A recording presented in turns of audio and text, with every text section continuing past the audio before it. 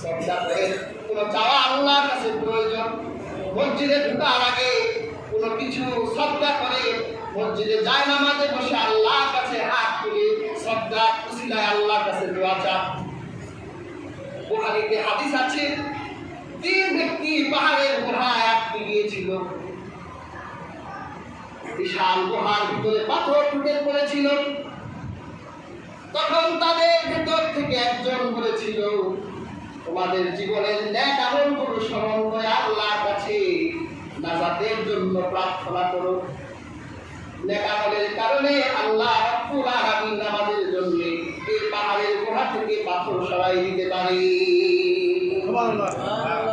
3 জন দোয়া করলেন। 3 জনের দোয়ার বরকতে আল্লাহ পাক পাহাড়ের গুহা থেকে পাথর সরাই দিয়েছেন।